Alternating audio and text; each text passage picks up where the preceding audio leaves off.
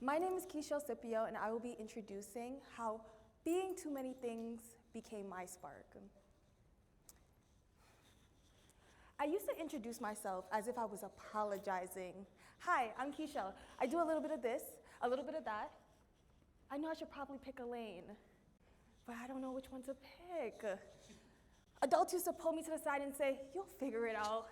They were laughing. I was frustrated because how was I supposed to pick a lane if I couldn't even pick a spark? How was I supposed to pick my spark if I couldn't even pick my own lane? Deep down, I didn't have the answers at the time, but what I soon realized was that what I was truly doing was closing the doors. Every time I closed the doors to who I was quietly disclosing that my spark was hidden beautifully behind the scatter and the noise, and I had to find what that meant. I'm gonna tell you a quick story. It was my sophomore year of college right here, and I was lost. I called my mom up and I said, "Hey," oh, I'm so sorry. I called my mom up and I said, "Hey, what should I be doing?" She called me back and said, "Keshell, you need to figure out what you're gonna do. Keshell, what job are you gonna do? Keshell, how are you gonna make money?" I was like, dang, I don't know. So then I went to my advisor.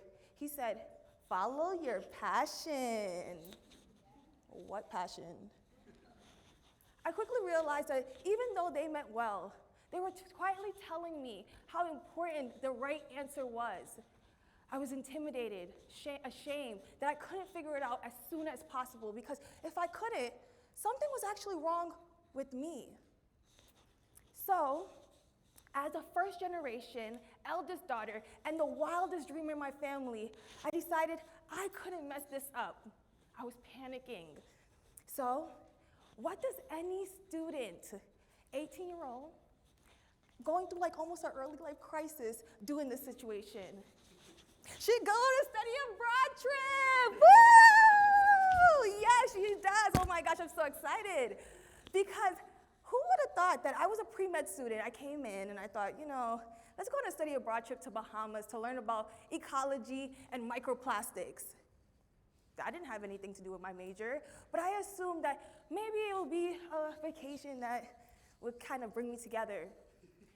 What I found out was that I was interested in sustainability, microplastic, nature, community building, something I didn't know before. But in that same sense, what was I gonna say back home to my family when medical school seemed like a distant memory? I decided to go home, and I was filled with relief that I came up with a new idea of who I was. But at the same time, I was panicking that I may have to let go of who I was before. I came home and I said, I need to make a list. Not just any list, not just any pros and cons list. A panic list. Yes, that panic list to be exact. 30 lines of chaos, because at the time I was releasing a part of me that I had to say goodbye to. This list consists of hobbies, interests, things that I was just fascinated of. At the time, I was watching Issa Rae, Insecure, and something about it really sparked my excitement. I was like, maybe I could become a film producer. Maybe I could become a talk show host. Like, look at the material. And I just couldn't make it make sense. But this list was gonna help me make it make sense. So that was lesson one. I realized that your first lesson is always to realize that your answer is to find your spark is not always a clear answer. Sometimes it's just the courage that you take to admit that maybe the path you were on wasn't yours to begin with. And that was a hard truth. So I started to dig deeper into this list and say, you know what? Let me find my people. I need to find my tribe. Where are they? I discovered a word called multipotentiality. You see how I just tongue twist that word just now? I'm gonna need everyone in the room to help me say this word one more time, because we're gonna tongue twist this word a plethora of time throughout this speech. So, are y'all ready? Multipotentiality. Yes, y'all are my favorite employees. multipotentiality was actually coined by Emily Wapnick. She's a former TEDx speaker as well. She wrote a book, and also she wrote a book called How to Be Everything. She inspired me. She was describing a person like myself, someone who is interested in multiple things and capable of following through. At the time of when I learned about this word and who I am now, it was totally two different individuals. Now I stand as you as a customer success manager. I help companies solve complex problems and I build relationships. But that wasn't me before. On paper, I was scattered. I was interested in so many things: hydroponics, creative marketing. You could name it, I could list it. But the power wasn't in the chaos. It was actually when I decided to zoom myself out and realize there was transferable skills. There were skills I didn't even consider: empathy, community building, strategy, problem solving. What does that mean? But even after I understand the word multipotentiality, which is still biting me to this day, I still felt the pressure. Because specialization, and especially this world that we live in, has always been the root of how we see ourselves. They tell you, even in college, choose a major. They say, in your job application, pick a title. They even say, maybe, what is your 5-year plan? Do you know? No. But the most acceptable answer is always singular. One role, one industry, one lane. So I told myself right out of college, maybe kick the rocks. Maybe I should become a sustainability girly and just really go all in, try it, test my luck. I cleaned up my resume and I really try to get to the nitty-gritty of what does sustainability look like for me. That would make sense, right? Make me marketable. And on paper, it looked nice, I guess.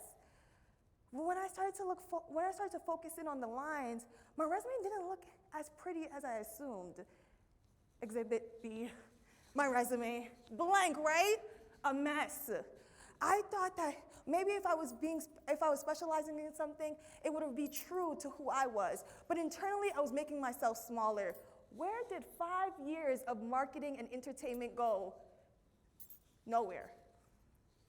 I was denying myself of the most vibrant parts of myself and really cutting out what really made me me to make others comfortable with who I was. So I stopped asking those questions. I reframed my mind and got to my second lesson. Instead of asking yourself, what do I need to cut? Maybe ask yourself, what do I need to connect? And that is where your spark lies, within the patterns. My breakthrough moment wasn't a click of a switch or a light bulb moment. I wish it was. I even wish it was probably overnight, but it sadly wasn't. Because look, my interest was built on a classroom of valuable skills. It was not competing, it was compounding. And I was finding out the truth that my goals was to find the recognitions within, to recognize what these patterns meant to me. We're living in a world right now where, unfortunately, the industry is evolving faster than job descriptions can keep up with. We could see that every day within our students, our professors, and the people that we talk to just in the cafe shop. In a world that we always say specialization is important, it tells us how this will make us valuable candidates. I say no. I say specialization, while it is nice, it actually lacks adaptability, which is essential. As a multipotentialite, you allow yourself to translate new skills, jump into programs and initiatives, and bridge the gap where communication does not lie. Similar to myself, I decided to live out all these different lives because I communicated what it was like to intertwine within industries, and that is what I always tell other multipotentialites. In a world that rewards innovation, strategy, collaboration, and rapid change is so much more important to connect the dots and not make it no longer an option, but an essential attribute of what makes you you. I asked the teachers and professionals and mentors in the room today the same question I ask anyone, even as a student. What if we started saying, let's stop narrowing ourselves prematurely. Let's stop narrowing our young leaders prematurely. What if we help them recognize their range as preparation, because that is what our future needs. So, I know we went through this journey with me, but I always want to leave everyone in the room with something beautiful so that they too could follow this journey as well. You may not have a lane right now and know what to pick, but it's important that you at least try to see maybe it could help you as well. This is the SMART map, and it's going to go down the list, and I'm going to show you everything similar to my own journey. So step 1, list your spark. Go down the big and small things, the things that bring you joy, excitement, anything that really allows you to glisten. If your favorite show, your favorite class sparks your mind, write that on the list. Second, find your pattern. Sometimes the pattern isn't as clear as it may need to be. It may be from your one hobby and another hobby connecting. You realize, I actually like helping people. I have a creative mind. I'm very strategic. Figure it out, because in that pattern, you'll find who you really are. Design your ecosystem. I live by the motto, get to your no as soon as possible. Okay, yeah, get to your no as soon as possible. What does that look like? That means like when you're in a club, ask a new initiative, jump on a new project, see where your ideas can blend, and start to implement new ways of thinking. At the end of the day, being a multipotentialite is no different than being someone who specializes in one specific interest.